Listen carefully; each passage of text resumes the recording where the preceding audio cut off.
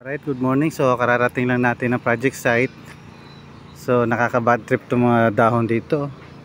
Kaya nilipat ko yung sasakyan doon sa kabila, doon. Okay na kahit mainit, basta walang mga dahon. Ang hirap hugasan. Okay. Tapos nung papunta ko rito, may narinig ako sa radyo regarding sa mga SIM card scam, ano. So ang dami pa rin. Ang dami pa rin.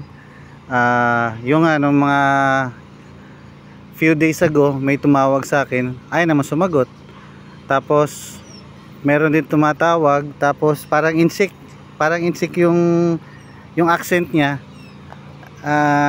pero delikado pala yung gano'n pag sinagot mo nung kunyari mga yes, do you hear me, pag sinagot mong yes, tapos naka ano na pala yun, i-record nila yung voice print mo, wala na, papasok na sila sa ano mo, sa ATM mo, di ba, sa mga ganong bank, mga electronic file mo. So delikado rin.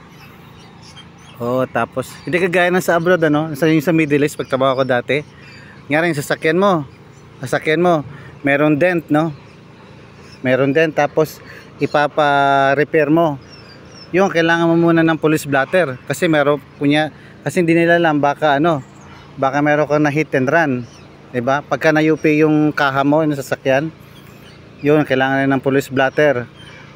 Tapos kung magpapaduplicate ka ng susi, kailangan mo rin ng passport. Kailangan mo ng passport, magpapaduplicate ka.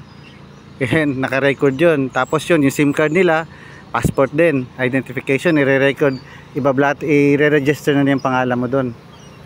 So ganun ka strict, tsaka advanced na rin sila, no? Dati pa yun, mga 10 years ago na yun, diba? So at least pang awareness na rin, diba? Alright, so yun muna ang usapan, yun muna medyo kwento muna ngayong umaga, no? Sige, thank you. Sige, bye-bye.